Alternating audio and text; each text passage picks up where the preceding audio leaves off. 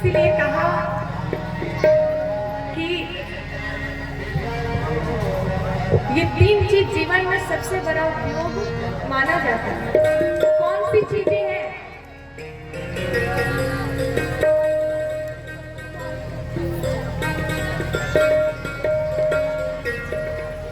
अगर भाग्य को अच्छा बनाना है तो इन 3 चीजों को अपने जीवन में उतारना पड़ेगा। कौन कौन सी चीजें? ये धर्म और कर्म और भजन। व्यक्ति को धर्म के रास्ते पे चलना चाहिए, अच्छा कर्म करना चाहिए और व्यक्ति को भजन सत्संग में लगना चाहिए। इन 3 चीजों को जो अपने जीवन में उतार लेता है उसका भाग्य अच्छा बनकर ही रहेगा, उसके भाग्य में कभी असफलता लिखी ही नहीं है।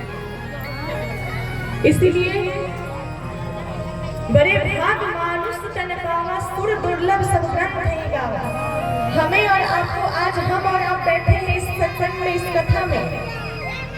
क्यों कोई कुत्ता यहाँ पे आ जाए इस पंडाल में, कोई जानवर आ जाए, क्यों उसको क्यों नहीं सत्संग मिल रहा है भला? हमें तो भगवान ने मुख दिया है, कान दिया है, आंख दिया है, मुख से भगवान का नाम ले सकते हैं, लेकिन एक जानवर, एक कुत्ता नहीं ले सकता है, एक पक्षी नहीं ले सकता है।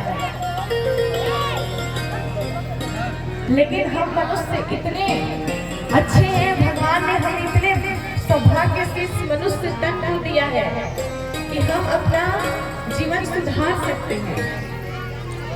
इसीलिए जब हमने इस मनुष्य तन को पाया है, इस संसार में आया है, इस धरती पर, तो आज से ही आप लोग ठान लीजिए कि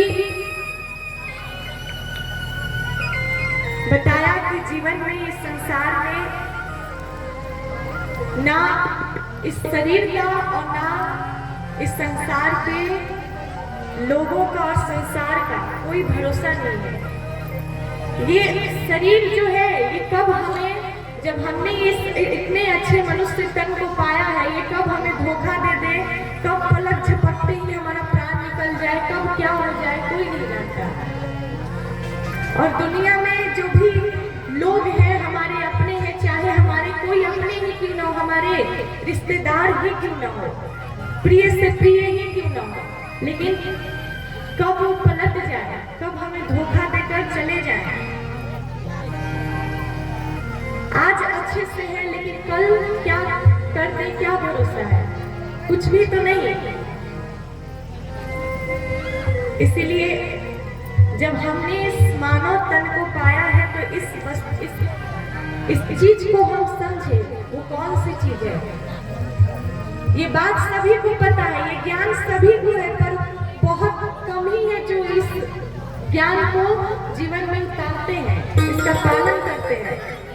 लेकिन ज्ञान तो सभी के पास है, बस कहने के लिए है, शब्दात्मक है लेकिन क्रियात्मक नहीं है। यानी कि वो क्रिया के रूप में नहीं है, बस शब्द के रूप में, बस कहने को है कि ये करना चाहिए, वो नहीं करना चाहिए, जीवन को ऐसे बनाना चाहिए, समय का सदुपयोग करना चाहिए, बस ये सब कहने का है ज्ञान, लेकिन करने का नहीं है। पर ज्ञान मनुष्य के पास है। इसलिए वो कौन सी चीज, वो कौन सी ज्ञान है जो सभी के पास है, सब जानते हैं, लेकिन उसको भूल जाते हैं और इस दुनिया में, इस घर परिवार में रम जाते हैं।